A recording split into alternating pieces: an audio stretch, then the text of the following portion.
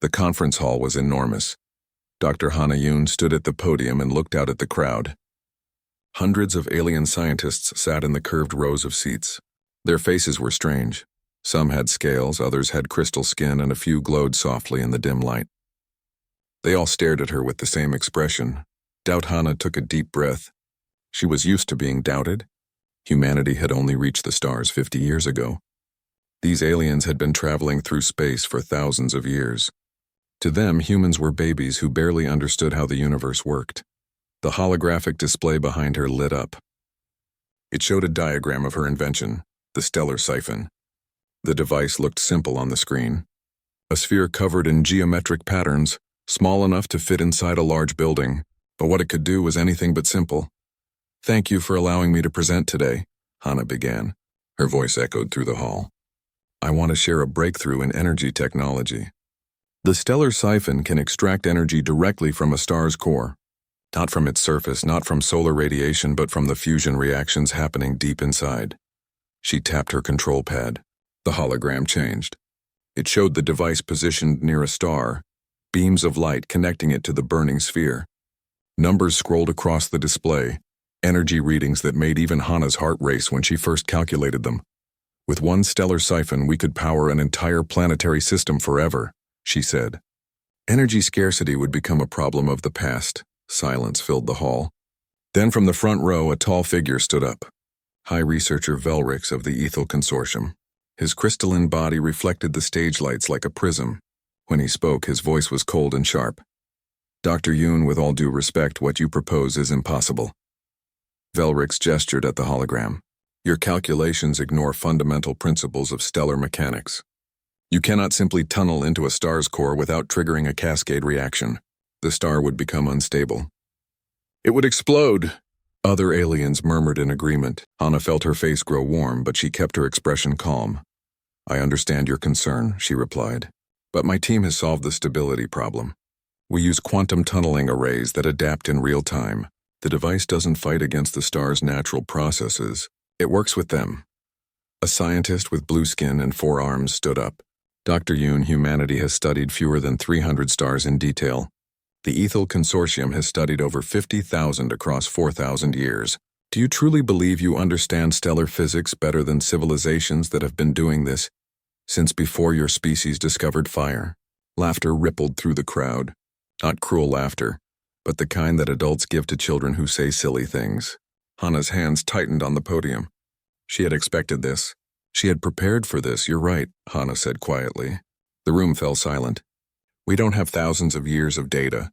We don't have your experience. But maybe that's exactly why we can see something you can't." Velrix's crystal face somehow managed to show annoyance. "Young lady, enthusiasm is admirable. But science is not about seeing what you want to see. It's about accepting what is real." "Then let me show you what's real," Hana said. She changed the hologram again.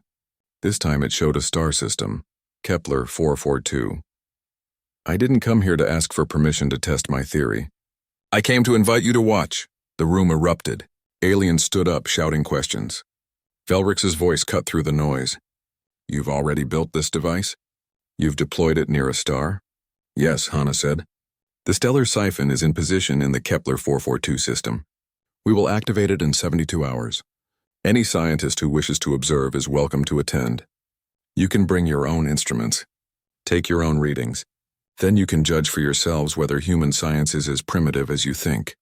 An alien with tentacles instead of arms waved them frantically. "This is dangerous. If your calculations are wrong, you could destroy that entire star system." "The system has no inhabited planets," Hana replied calmly. "We chose it specifically for that reason. If something goes wrong, the only thing at risk is our equipment and our reputation." She looked directly at Velrix. "You say we don't understand what we're doing. Come and see. Prove me wrong." "I dare you." The conference descended into chaos. Some aliens were angry, calling Hana reckless. Others seemed intrigued, already discussing travel plans to the Kepler 442 system. In the back of the room, Ambassador Dae Ho Park watched with a carefully neutral expression. He was the human diplomatic representative, and Hana had not warned him she would make such a bold announcement. As Hana left the stage, she felt her communicator buzz. A message from her research partner, Dr. Kyung-Soo Choi. I saw the broadcast. Are you sure about this? We still have anomalies in the quantum calculations. Hana typed back quickly. Too late to back down now. How are the preparations going? Captain Lee has the Prometheus ready. All systems are green. But Kyungsoo, if this goes wrong. It won't, Hana sent back. She hoped she sounded more confident than she felt. That evening, Hana stood in her quarters aboard the orbital station. Through the viewport, she could see dozens of alien ships preparing to depart.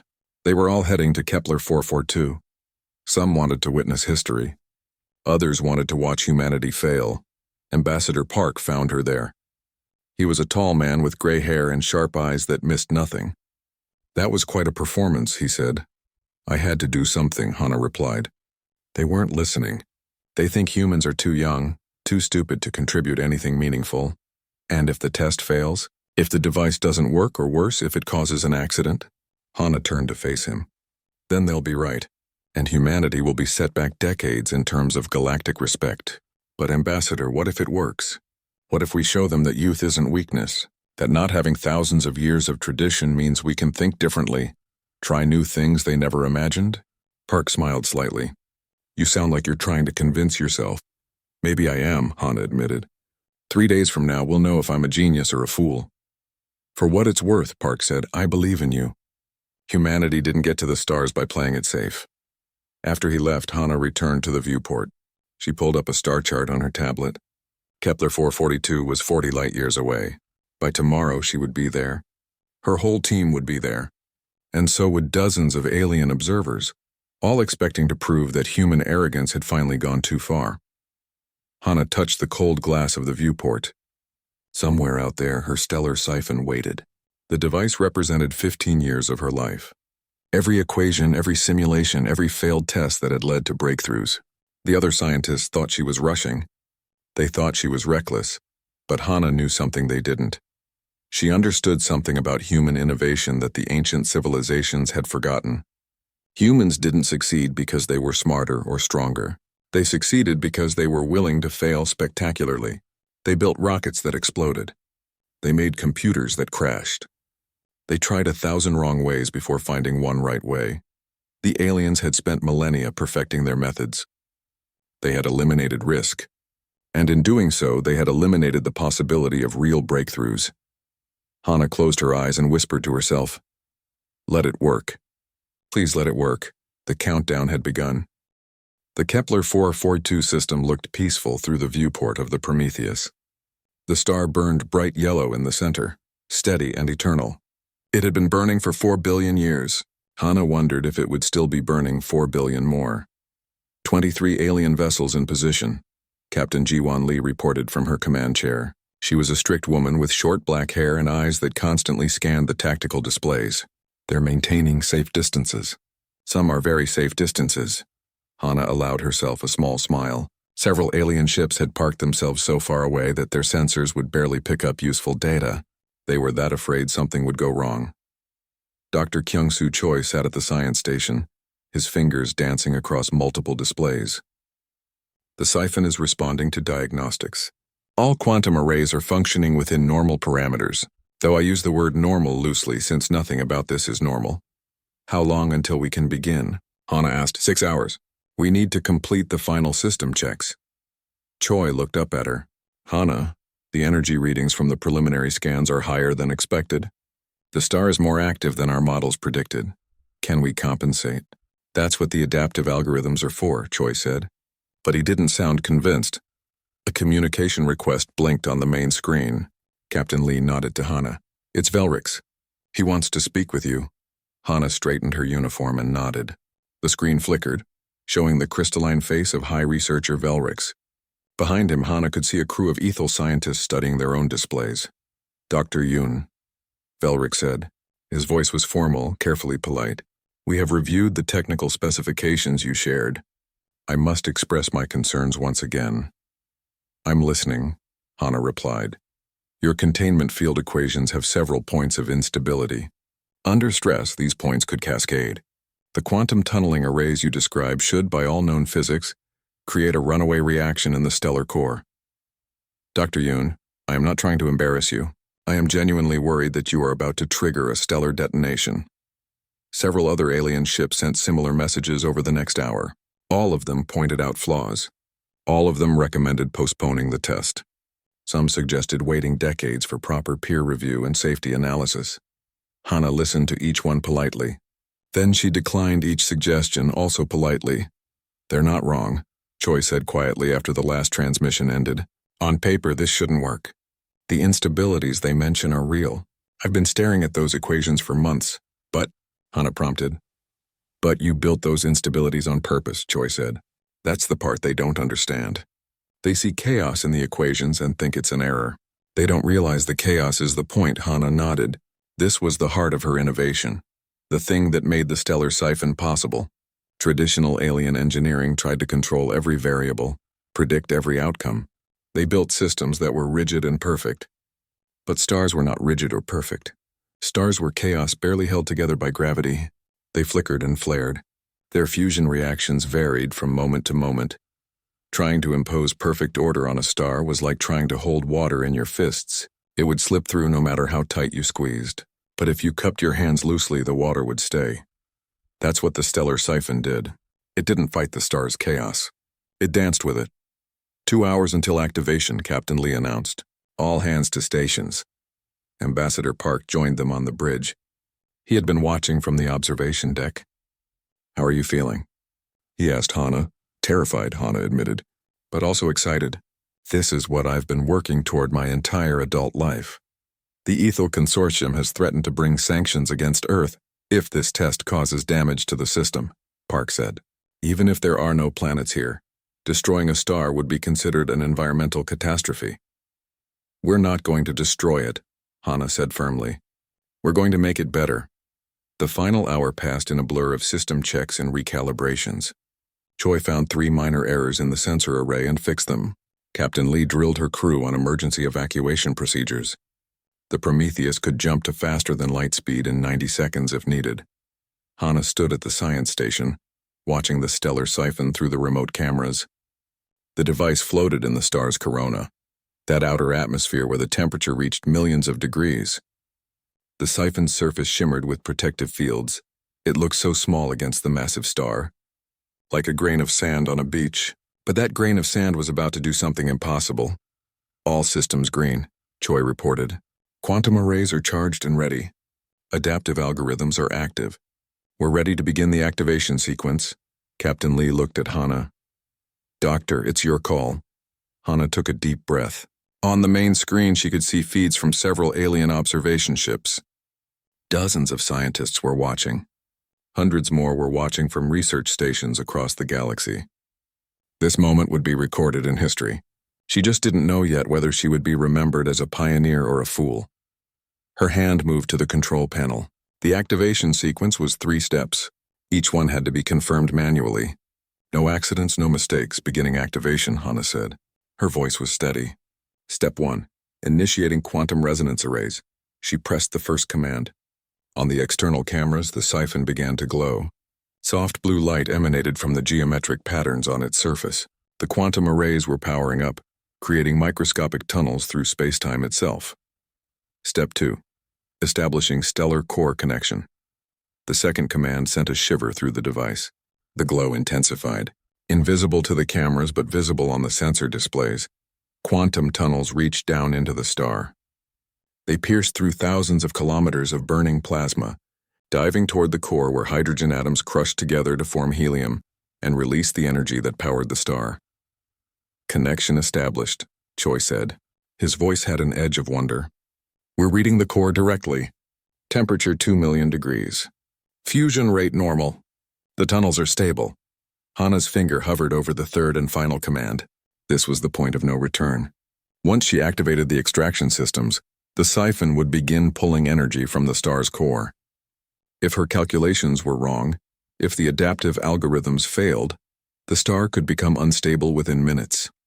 She thought of Velrix's warning. She thought of all the alien scientists who had told her this was impossible. She thought of the millions of people on Earth who were watching, hoping their newest scientific champion wouldn't fail spectacularly. Then she thought of the precursors, that ancient civilization that had built wonders across the galaxy. They had taken risks. They had pushed boundaries, and they had succeeded beyond imagination. Step 3, Hana said. Activating energy extraction. She pressed the command. For a moment, nothing seemed to happen. The siphon continued to glow. The star continued to burn. The bridge of the Prometheus was silent except for the soft beeping of instruments. Then Choi gasped. Energy flow detected. We're pulling power from the core. Current rate is... He stopped, staring at his display in disbelief. That can't be right. What is it? Captain Lee demanded. The extraction rate, Choi said slowly. It's 400% higher than our highest estimate. The siphon is pulling more energy than should be possible. Hana felt her heart skip. That wasn't in the simulations. That wasn't supposed to happen. On the main screen, the star began to change. The star was getting brighter. Hana watched the external cameras in horror as the star's surface began to ripple. Waves of light pulsed across its face. The brightness increased by 5%, then 10, then 15. Stellar luminosity increasing. Choi shouted. Temperature rising across the photosphere. I'm detecting massive energy surges in the core. Captain Lee's voice cut through the panic. Shields to maximum. Engineering, prepare for emergency jump. All hands, brace for possible stellar event. The communications panel lit up like a festival display. Every alien ship was trying to contact them at once. Most of the messages were simple. Variations of, shut it down now. Velrix's transmission came through loudest. Dr. Yoon, you must deactivate the device immediately. The star is becoming unstable. You're going to cause a nova. On the tactical display, Hana could see several alien ships activating their faster-than-light drives. They were running. Some had already vanished from the system, jumping to safety. Hana! Choi grabbed her arm. He's right. The readings are way outside parameters. We need to shut down the siphon before... No, Hana said. Her voice was quiet but firm. What? Choi stared at her. Hana, are you listening? The star is going critical. It's not going critical, Hana said. She moved to the science station, pushing Choi gently aside. Her fingers flew across the controls, pulling up deeper analysis.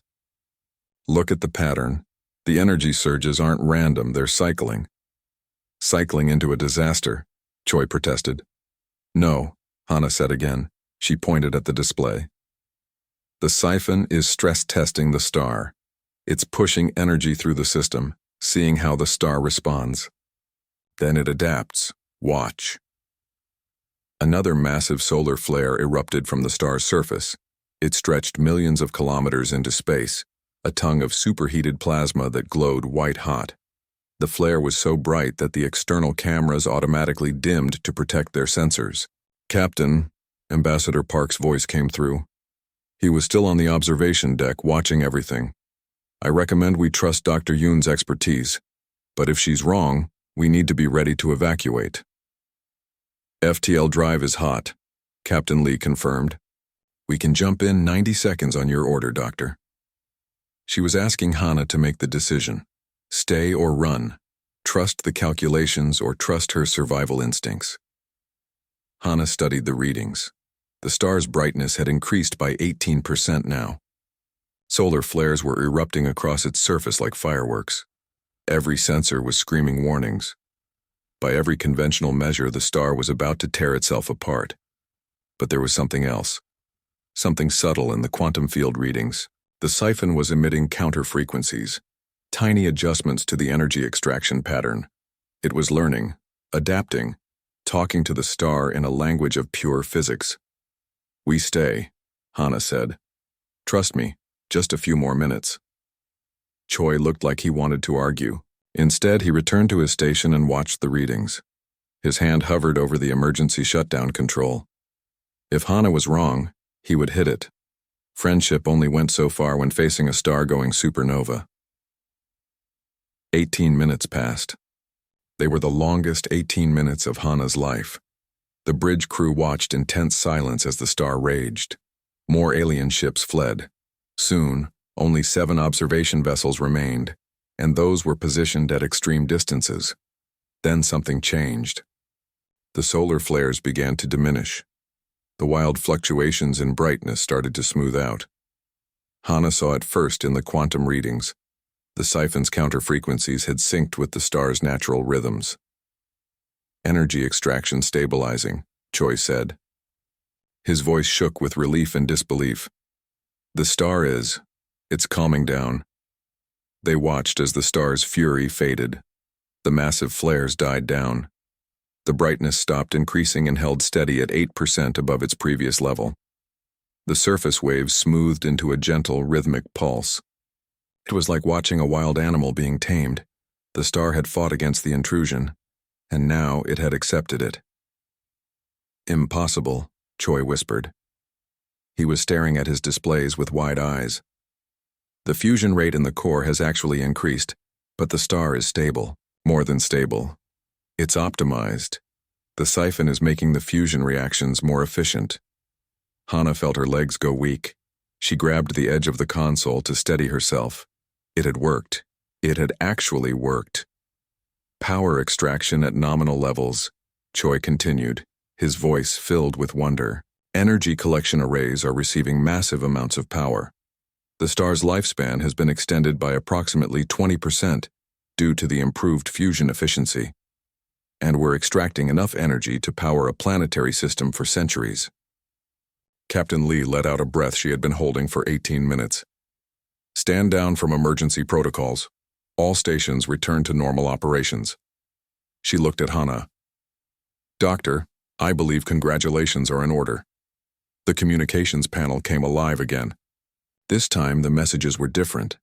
Velrix's face appeared on the main screen. The crystalline alien looked shaken. Dr. Yoon, he said slowly, we have been monitoring the event. Our instruments confirm what appears to be impossible. You have successfully extracted stellar core energy without destabilizing the star. Furthermore, you have improved its fusion efficiency. This should not be possible. Hana smiled. She was too exhausted for triumph, but she managed a smile. Hi, researcher. Sometimes possible and impossible are just matters of perspective. How did you do it? Velrix asked. For the first time, his voice held genuine curiosity instead of condescension. Your equations showed instabilities. We calculated that those instabilities would cascade, yet somehow they stabilized instead. The instabilities were intentional, Hana explained. Your civilization designs for perfection. You try to control every variable. But stars are chaotic by nature. Fighting that chaos takes enormous energy. We learned to work with it instead. The siphon adapts in real time. It doesn't impose order. It finds harmony. There was a long pause. Hana could see other ethel scientists crowding behind Velrix, all trying to understand. We would like to request permission to send a science team to study your device, Velrix said finally. With your approval, of course. Hana looked at Choi, who nodded. She looked at Captain Lee, who shrugged. Permission granted, Hana said. Welcome to observe. But I warn you, the principles might be harder to accept than the results. As Velrix's transmission ended, more alien ships began returning to the system. Those that had fled came back cautiously. They had run away expecting disaster. They returned to witness a breakthrough. Ambassador Park arrived on the bridge. He walked straight to Hana and bowed slightly. Doctor, you just changed humanity's position in the galaxy. We are no longer the young upstarts, we are innovators. Choi grabbed Hana in a hug. You brilliant, insane genius. I can't believe you made me watch 18 minutes of what I thought was certain death. Hana laughed, feeling giddy with relief. I had to. If I had told you it was part of the plan, you would have tried to stop me. Because it was insane. It was necessary, Hana corrected. The siphon needed to learn the star's personality. Every star is different. The device has to adapt to each one individually. We couldn't predict exactly how it would happen. We could only trust that it would. Captain Lee stood from her command chair and stretched. Well, now that we're not all about to die, I'm ordering a celebration. The crew has earned it. And Doctor, you've earned a very strong drink. But as the others celebrated, Hana noticed something on the deep space sensor displays. A small anomaly at the edge of the star system. It was barely there, just a flicker in the gravitational readings. She pulled up the full sensor data. The anomaly was there, definite but strange. 3 massive objects were positioned at the outer edge of the system. They weren't moving. They were just watching. "Choi," Hana said quietly. "Come look at this." He joined her, and together they studied the readings. The objects were enormous, each about 50 kilometers across. They were made of materials that didn't match anything in the known database. "What are they?" Hana asked. Choi ran analysis after analysis. Finally, he turned to her with an expression of awe and fear. "I think they're precursor artifacts. Ancient technology. They must have been dormant out there for millions of years, and something we did just woke them up." The celebration stopped immediately. Captain Lee returned to her command chair, all business again. The mood on the bridge shifted from triumph to caution in seconds. "All ships, this is the Prometheus," Lee transmitted on the general channel. "We're detecting 3 large unidentified objects at the system's edge. Unknown origin, unknown purpose. All vessels maintain current positions and active sensors." Velrix's response came quickly. "Prometheus, we are also detecting the objects. Initial analysis suggests they are precursor technology. If so, this is an extremely dangerous situation." Ambassador Park joined them at the science station. "Precursors? The ancient civilization that disappeared 2 million years ago?" "The same," Choi confirmed. "They were the most advanced civilization the galaxy has ever known. They built incredible things. Then they vanished without explanation. Most of their technology still exists, scattered across thousands of systems, but it's all dormant. Until now." "Why until now?" Hana asked, though she already suspected the answer. "The stellar siphon," Choi said. "The energy signature must have triggered something. The precursors left monitoring systems throughout the galaxy. They're automated, watching for specific events." Another transmission came through. This time it was from a Draylen ship, their silicon-based scientists speaking in rapid, nervous tones. "All vessels should evacuate immediately. There are historical records of precursor defense systems destroying entire civilizations. 3 species were wiped out when they accidentally activated precursor technology." Fear spread through the assembled fleet. Several ships began powering up their faster-than-light drives. Hana watched the tactical display and felt a cold weight in her stomach. She had wanted to prove humanity's worth. Had she instead doomed them? "Wait," Hana said. She was studying the sensor readings of the precursor objects. "They're not attacking. They're not even moving. They're just observing." "Observing what?" Captain Lee asked. "The siphon. They're studying it." Hana brought up a detailed analysis. "Look at these gravitational pulses. They're not random.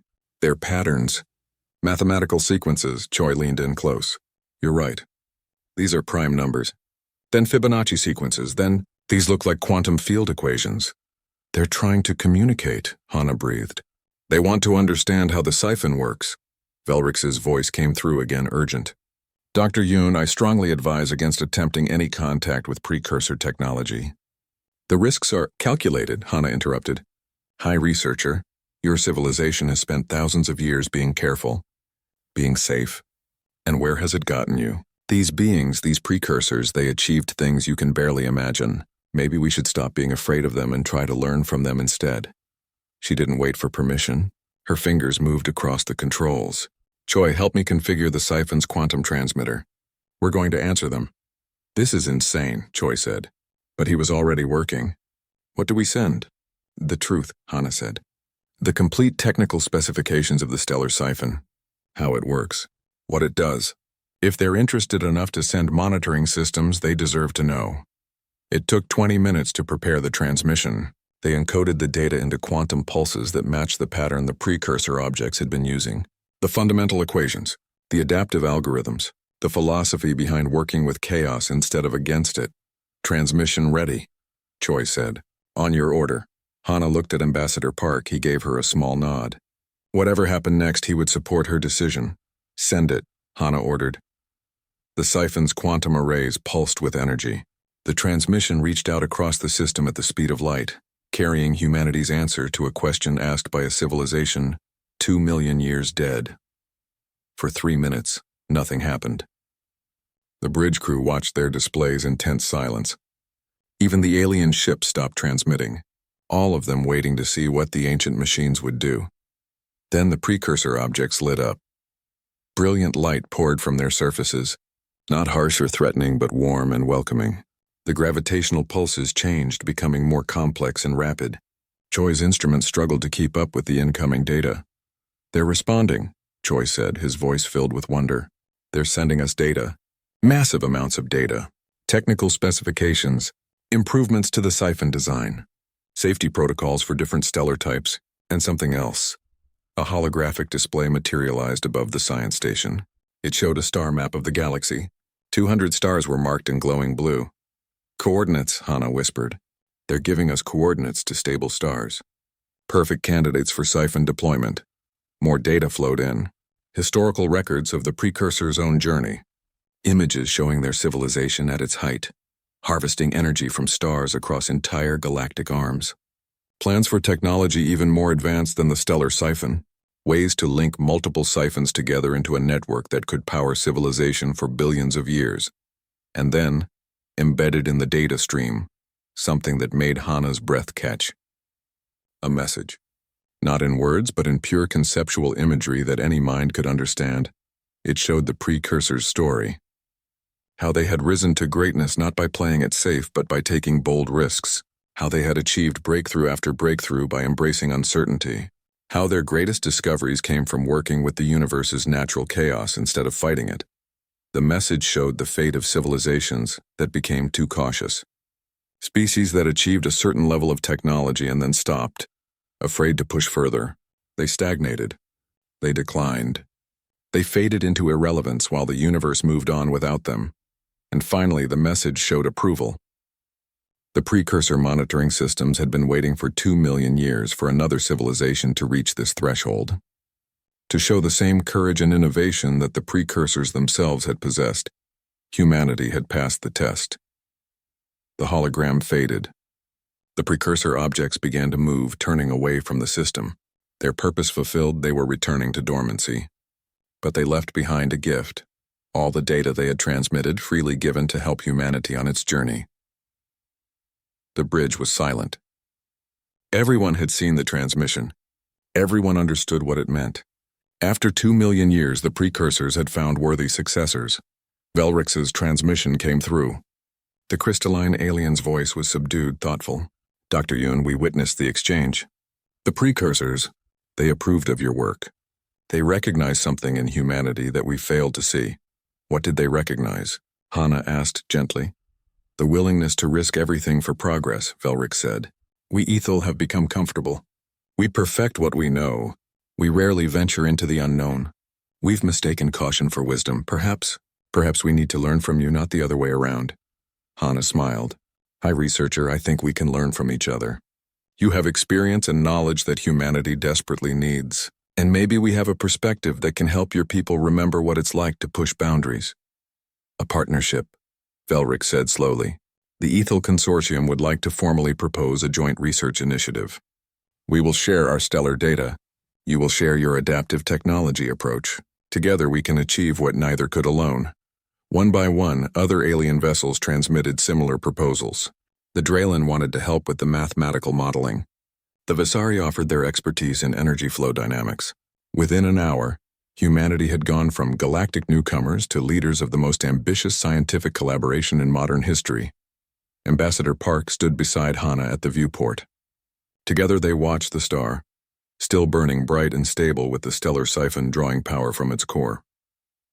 "You did it," Park said quietly. "You proved that humanity belongs here, not as students or junior partners, but as equals." "We did it together," Hana corrected. "Me, Choi, Captain Lee, you. Every human who believed we could be more than what others expected." Choi joined them carrying a datapad.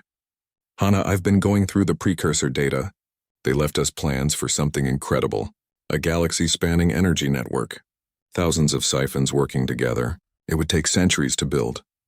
"Then we'd better get started," Hana said. She looked out at the stars, millions of them scattered across the darkness. Each one was a potential power source.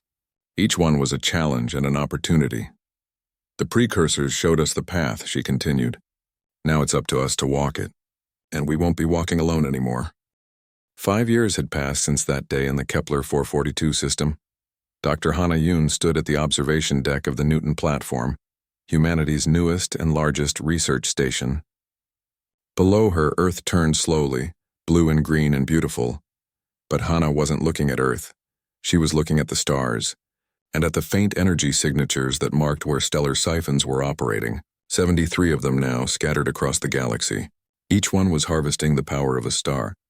Each one was a partnership between humanity and the alien civilizations who had once doubted them.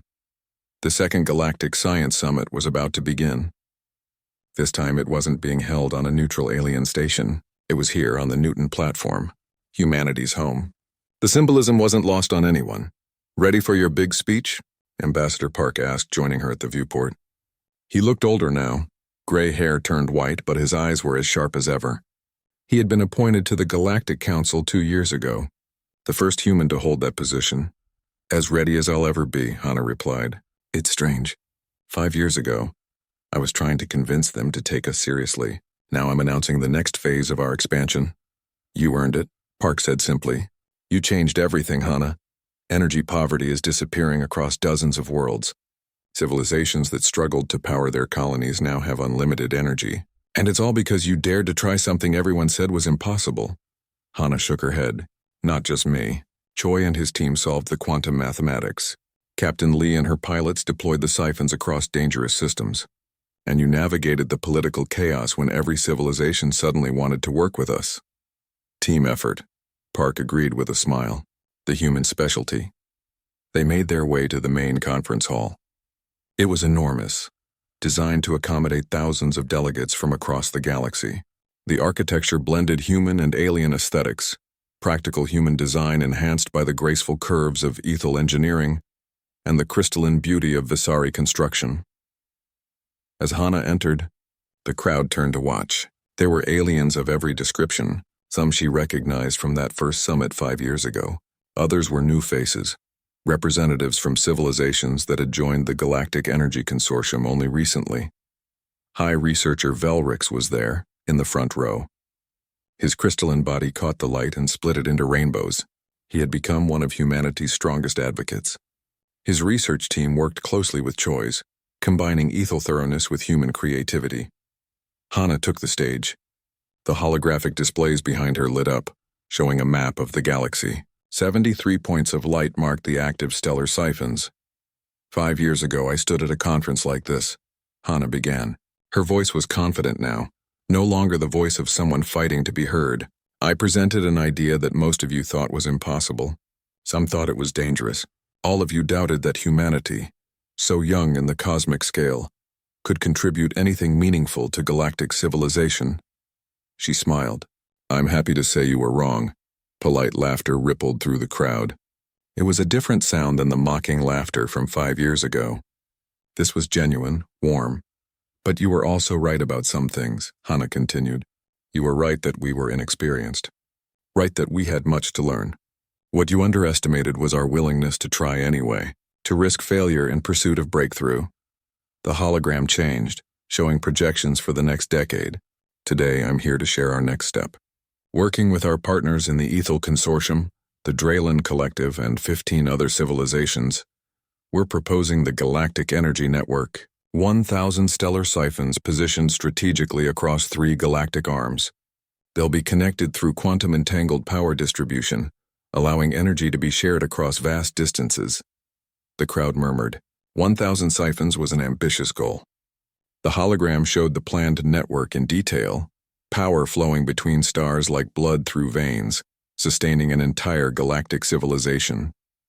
This will take decades to build, Hana admitted. Perhaps a century. But the precursors left us the blueprints. They showed us it's possible. Now it's our responsibility to make it real. Not just humanity, but all of us together. After her speech, Velrix took the stage. Hana watched from the side as the crystalline alien addressed the crowd. I want to share a confession, Velrix said. 5 years ago, when Dr. Yoon presented her work, I was among her harshest critics. I believed that our civilization, with thousands of years of experience, knew better than these young humans. I was wrong. He paused, letting the words sink in. The Ethel Consortium had become comfortable in our wisdom. We perfected what we knew but rarely explored what we didn't.